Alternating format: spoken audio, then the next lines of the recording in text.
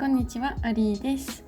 私は日本語を勉強してて、Instagram と YouTube の方で日本語の勉強について投稿しています。初めての方、はじめまして。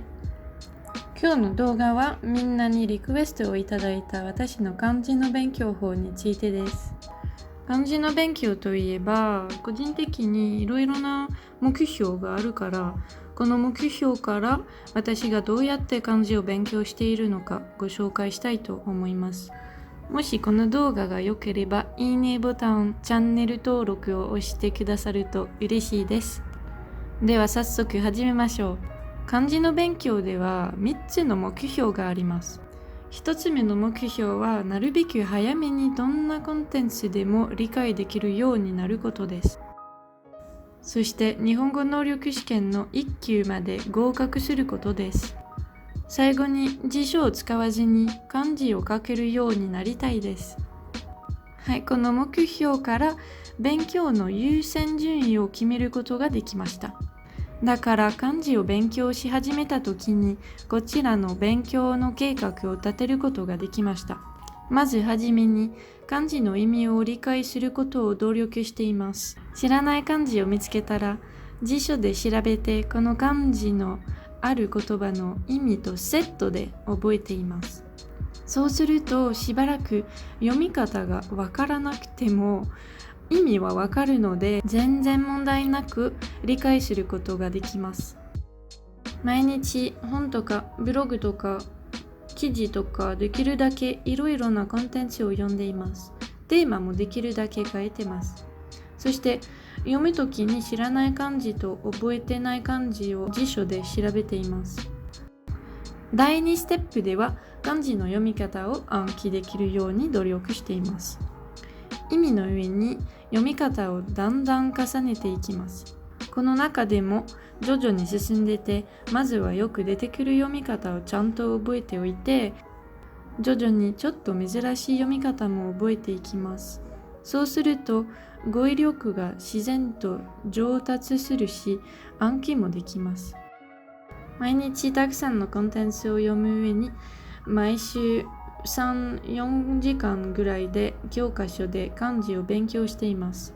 今使っている教科書は日本語能力試験の3級、2級向けの教科書です。読むときにできるだけ音読しています。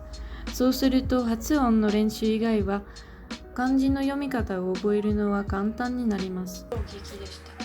けれども本当にわからないのだと気がついた後、思い返すと親から何度もわからないと言われていたことに気づきました。で、最後に漢字を正しく書けるように努力しています。これは最後のステップですね。コンテンツを理解するのと日本語能力試験の問題を解くためには漢字の書き方を覚える必要はないので、少しずつそれぞれの漢字の書き方を勉強しています。そして日記、作文、メモとか問題の答えを全部辞書を使わずに書けるように努力しています。毎週3、4時間ぐらいで教科書で漢字の書き方をちゃんと勉強しています。でも私だと一番いい練習はアプリを使うのと日記を書くことです。できるだけ毎日日記とかメモとか何でもノートを書いています。日記だから普段は私の思考、感想とかについて書くので、漢字のことをあんまり考えなくて自然と出てきますね。そしてアプリといえばこういうアプリを使ってます。漢字だけ練習するために紙ノートよりアプリを使うの方が好きですね。なぜなら漢字を書くときに前書いた同じ漢字を見ることができないので覚えるしかないです。紙ノートだったら直線に漢字を書いているので前書いた漢字を見ることができるので私なら練習できません。具体的には今この漢字を勉強しています。この漢字は小説によく出てきて幼いという言葉がよく出ます。初めて見たのは鹿の王という本を読んだ時でした。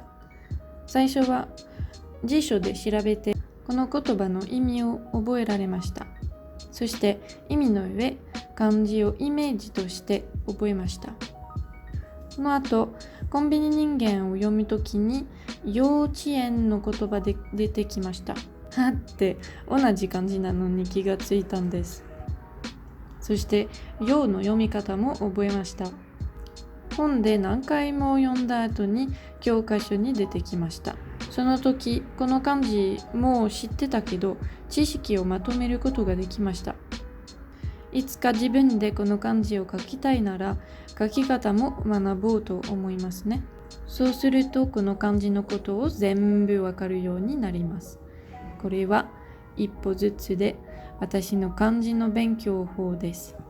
最後に私が使っている教材やリソースを紹介しますが、漢字の勉強に一番大切なのは勉強方法で、どのリソースを使うかあんまり関係ないと思っています。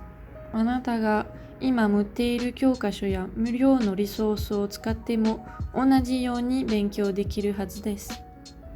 はい、最後までご覧いただきありがとうございました。もし次の動画についてリクエストがあったらコメント欄で教えてくださいね。それでは次の動画でお会いしましょう。アリーの夢のアリーでした。